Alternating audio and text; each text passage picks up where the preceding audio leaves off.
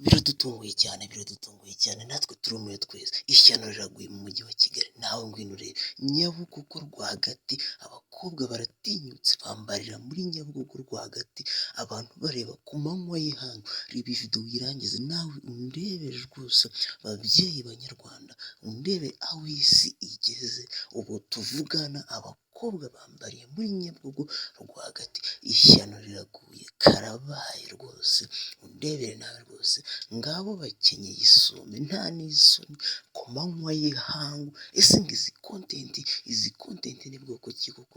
Iyi ishobora kuba ari content niko abantu bari gukeka, ishyano riraguye kabisa, kabaye ibintu byakomeye, ntibibaho rwose, ibintu bidasanzwe birabaye, abakobwa baratinyutse ku manywa y'ihangu, bambarira mu mujyi rwagati muri Nyabugogo, muri gare ya Nyabugogo, mu isoko, baratinyutse nta n'isoni.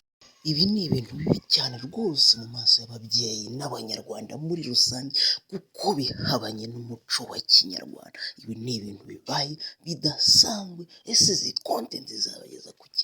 Mwica umuco wa kinyarwanda, nicyo twibaza.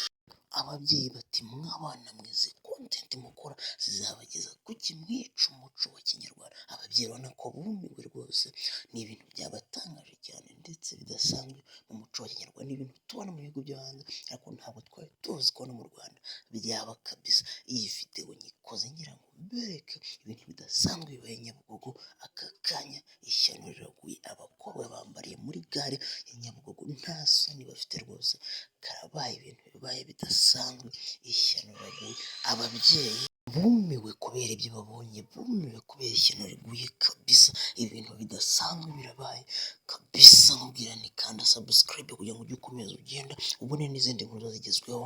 Iyi ni Rusine Info, ciao ciao.